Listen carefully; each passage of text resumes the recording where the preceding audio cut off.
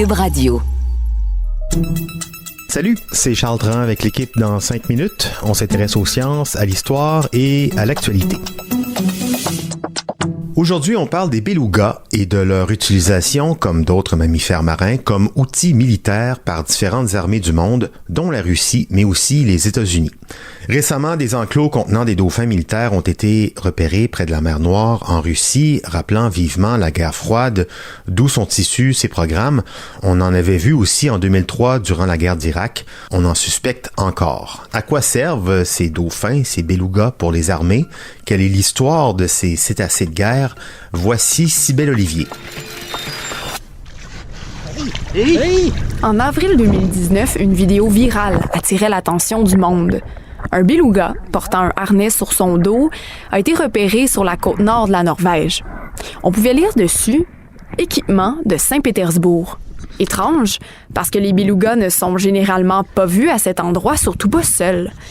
Les pêcheurs ont remarqué que la baleine voulait interagir, voulait jouer avec eux, et elle se laissait même caresser. Bon, très amusante pour les réseaux sociaux, mais cette nouvelle a alerté les autorités norvégiennes. Elles ont immédiatement compris qu'il s'agissait d'un beluga entraîné par l'armée russe. Les pêcheurs ont finalement coupé son harnais et la baleine les a suivis jusqu'au port de Hammerfest. Ils l'ont nommé Valdimir, un jeu de mots avec le mot norvégien pour baleine Val et Vladimir Poutine. C'est une source anonyme qui a déclaré que Valdimir avait effectivement échappé à un programme naval en Russie, mais elle a nié être sa propriétaire et personne ne l'a jamais réclamé. Et au moment d'enregistrer ce balado, Valdimir était toujours en liberté.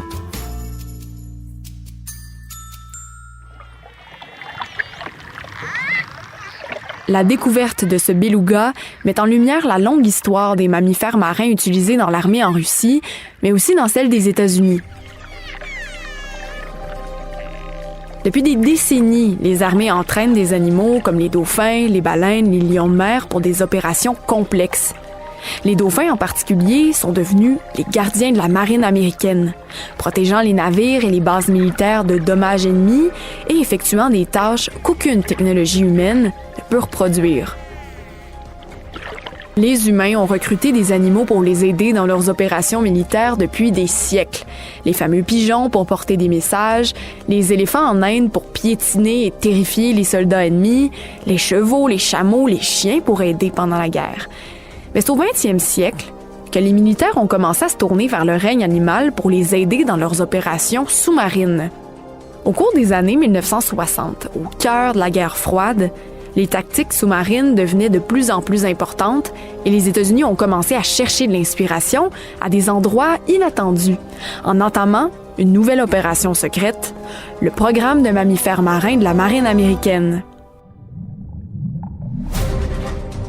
Les premières études du programme sont faites sur un dauphin à flanc blanc du Pacifique.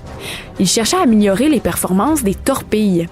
La marine voulait concevoir de meilleurs missiles sous-marins et le dauphin paraissait tout indiqué pour s'en inspirer. Peu après le début du programme, les scientifiques ont non seulement réalisé que les dauphins avaient d'impressionnantes qualités hydrodynamiques, mais qu'il était aussi possible de les entraîner grâce à leur capacité d'adaptation et leur grande intelligence.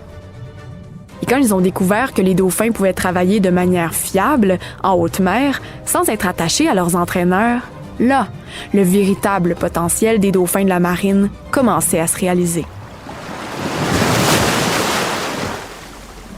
Aujourd'hui, ils sont principalement entraînés pour une tâche importante, localiser des objets sous-marins. Et pour ça, ils ont une qualité qui les rend imbattables, c'est leur sonar. Ce qu'on appelle l'écholocation permet aux dauphins de voir avec le son. En une série de clics, les dauphins écoutent l'écho rebondir, ce qui leur permet de créer une image détaillée de leur environnement. Ça comprend la taille, la forme, l'emplacement des objets. Ils peuvent même distinguer différents types de matériaux et découvrir des objets ensevelis. Leur écholocation n'est pas affectée par la pollution sonore et fonctionne parfaitement en eau trouble, peu profonde, et ils se spécialisent pour les courtes distances. Alors c'est un complément au sonar des sous-marins, peu efficace lorsque confrontés à des turbulences ou lorsqu'il y a trop de vagues. Mais eux sont parfaits pour une surveillance des eaux générales.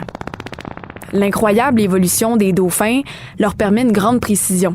Ils peuvent faire la différence entre les cibles en aluminium, en cuivre et en laiton, ou si une cible est creuse ou solide. Lorsqu'une cible est recouverte de néoprène ou enfouie dans le sable, ils peuvent aussi faire la distinction entre les cercles, les carrés ou les triangles. La marine des États-Unis est confrontée à un grand défi pour trouver les engins explosifs qui sont cachés sous la surface de l'eau et souvent sous le sable. Ce genre de mine a causé des dommages importants aux bateaux pendant la guerre du Golfe et elles sont encore présentes dans de nombreux endroits et doivent être détectées. Mais là, cette année, la marine a cherché à mettre fin à l'une des missions les plus importantes de ces mammifères marins, la chasse et la neutralisation de mines enfouies dans les fonds marins. Ils ont décidé qu'ils préféraient utiliser des véhicules et des capteurs sous-marins sophistiqués. Mais il y a un problème, c'est que cette technologie n'a pas encore égalé la capacité unique d'un dauphin à trouver des mines. Le Congrès a statué que le programme restera en place jusqu'à ce qu'il déploie de nouveaux systèmes de lutte contre les mines, aussi bons ou meilleurs que les dauphins. Oui, et depuis le début de la guerre en Ukraine, des nouvelles ont été rapportées par plusieurs médias américains concernant ces animaux, aussi utilisés par les Russes. Le US Naval Institute a analysé des images satellites sur lesquelles on pouvait voir un enclos avec des dauphins judicieusement disposés à l'entrée du port de Sébastopol, donnant donc un accès aux Russes à la mer Noire. Plusieurs navires russes y sont accostés hors de portée des missiles ukrainiens, mais comme ils pourraient être vulnérables à des attaques sous-marines, on a lâché les dauphins. Merci Cybèle Olivier, c'était en 5 minutes.